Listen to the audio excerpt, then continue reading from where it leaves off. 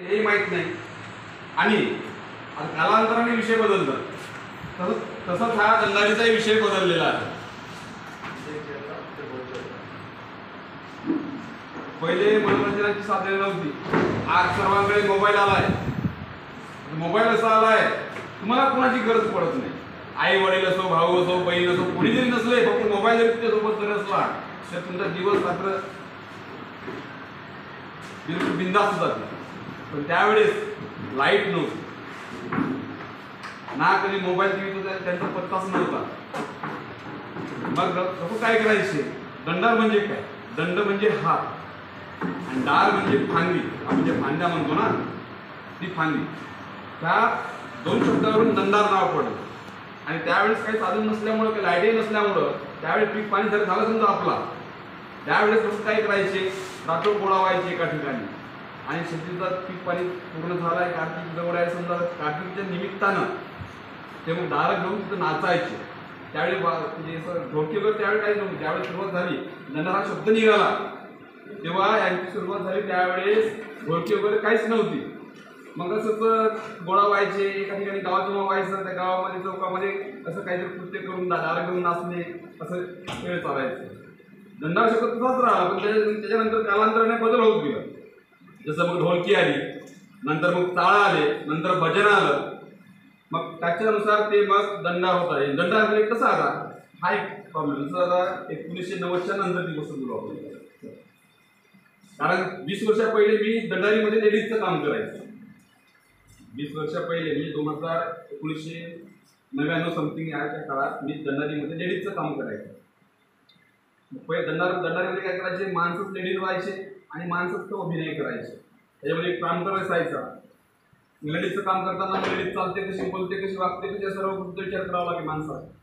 मी ज्यावेळेस लेडीजचं काम करायचं त्यावेळेस सर्व किमान सर लेडीजचं काम मला करायचं होतं. कसं करायचं? लेडीज चालते कशी, बोलते कशी, हात कशी ठेवते, ते पाहताना कशी पाहते आणि बोलताना किती नरमाईनं बोलते, हा सर्व गोष्टीवर मला लक्ष द्यावं लागलं. ऍक्टिंग शिकणं, अभिनय करणं साधी गोष्ट नाही. कुठेही करा, दंडारीत करा किंवा नाटकात करा. चालताना मग ते हात ठेवून चालते कशी, मग त्यावेळेस ते तो विचार करूनच तो अभिनय करावा लागत होता आम्हाला. आणि खरंच जर पात्र चांगला वाटतं त्यावेळेस त्याला आम्हाला म्हणजे त्यावेळेस पास करत होते त्यावेळेस. मग दंडार अशी चालू झाली. आता प्रांतर मागून बोलायचा, यांची भाषा वेगळी, त्यावेळेची भाषा वेगळी होती, आजची भाषा वेगळी आहे. नाट्य भाषा वेगळी, दंडारीची भाषा वेगळी. आज पहिले पतिराया हा शब्द वापरायचे दंडारीमध्ये, किंवा प्राणनाथा. प्राणनाथा नवऱ्याला ते प्राणनाथा म्हणायचे, दंडारीमध्ये हा शब्द वापरायचे. आणि अभिनय करताना सुटत अभिनय असायचं त्यांचं, म्हणजे तोडल्यासारखं. बोलण्याची भाषा वेगळी त्यांची. म्हणजे आपल्याला कुठं जायचंय समजा, मी राजवाड्यात गेलेच पाहिजे, म्हणजे असं तुटत. तशा ह्याच्यामध्ये त्यावेळेस दंडारी व्हायच्या. त्यावेळेस दंडारी व्हायची त्यावेळेस आम्ही जेव्हा लहान होतो त्यावेळेस पाहायला जायचो. त्यावेळेस मग काय करायचं? आता दंडार आपल्याला 10 वाजता सुरू व्हायची आहे, 9 वाजता सुरू व्हायची आहे. आम्ही 8 वाजता जेवण करून जायचं तिथं. जागा पकडायसाठी नाही का पहिले, त्यावेळेस समजा नव्हते ना, आम्हाला दंडार खूप आवडायचे. त्यावेळेस जागा पकडायसाठी जायचं, टाकायचे फालतू होते वगैरे खूप असायचे. पहिले दंडार सुरू व्हायची, दंडार सुरू झाली का आम्हाला आम्ही लवकरून जायची आणि सकाळी उठलो दंडार संपून जायचे.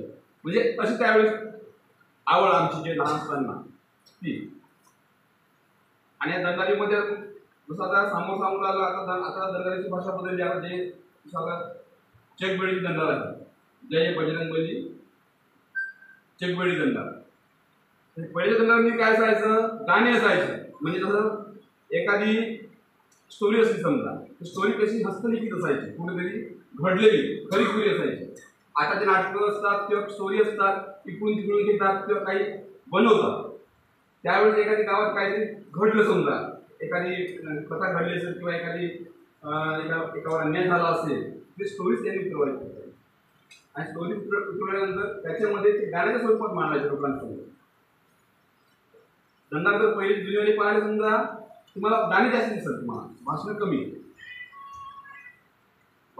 आणि गाणी जास्त दिसतात तुम्हाला. तर गाण्याच्या स्वरूपातच दंडार मांडायचे लोकांना. आणि गाणे म्हणजे लोकांना दंडार वाटायचे, तर ते आवडायचं लोकांना तिथं. जसं सासूबाई मारली समजा, सासूबाई मारल्यानंतर सासूबाईला आपल्याला म्हणजे नको म्हणायचं आहे, सासूबाई लोक मला वसून माहिती नाही, ते गाण्या स्वरूपात ते मांडायचे. गाणी म्हणण्याचा प्रयत्न करून असं वगैरे नका, तुमच्यामधलंच माणूस आहे. नका मारू सासूबाईवर आत्या बाई, नका मारू सासूबाईवर आत्या बाई, माझा गुन्हा काही नाही, माझा गुन्हा काही नाही. म्हणजे कसं शब्द आपल्याला तो बोलायचा आहे. आपण आता नाटकामध्ये किंवा याच्यामध्ये आपण बोलतो, पण त्याच्यामध्ये तो गाण्याच्या स्वरूपात लोकांसमोर मांडायचा आहे. तो गाणं कोण म्हणायचा, जे प्रांत होते मागं तेच म्हणायचे. सर्व जेवढी कथा असेल तिथली कथा पूर्ण गाण्याच्या स्वरूपात लोकांना मांडायचं, लोकांना ते आवडायचं. आजही जय बजरंगबली नाट्यदंडा जगवेरडी आहे, त्याच्यामध्ये अर्धे कलावंत नाटकाचे, अर्धे कलावंत दंडारीचे, पण पूर्ण गाणी नाही.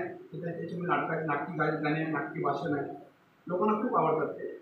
आधी लोक चॉईस करतात नाटकाला थिएटर फुल पॅक, एवढे लोक असतात नाटकाला थिएटर फुल पॅक. सरांना त्या दिवशी व्हिडिओ कॉल करून दाखवलं सरांना, वडजाला दंडावरती, वर्धा पोरला जो आहे तिथं दंडावरती सरांना व्हिडिओ कॉल केला, दाखवलं सरांना, म्हणलं पब्लिक. आज नाटक ठेवत असताना लोक पब्लिक आली पाहिजे म्हणून लोक काय करतात, हंगामा ठेवतात. 2 तासाचा नाटकाच्या पूर्वी हंगामा ठेवतात. आमच्या दंडारीला भाषणाला पूर्ण फुल पॅक असतं, लोकांना एवढी आवडते. हे कशी बनवली आहे दंडा जगवेरडीची, नाटक आणि दंड यांचा मिक्स. आणि परत याच्यामध्ये काय होतं, जे जुन्या 50च्या वरचे लोक आहेत ज्यांना दंडा खूप आवडायची पण त्यांना दंडाला असं पाहायला मिळत नाही, ते लोक देतात. तुमच्या वेळेच्या मुलं मुली जेवढे काही आहे त्यांना ते आवडते, ते तिथं बघून राहतात. आणि मुलं त्याच्यामुळे तुमचं पब्लिक एवढी वाढली.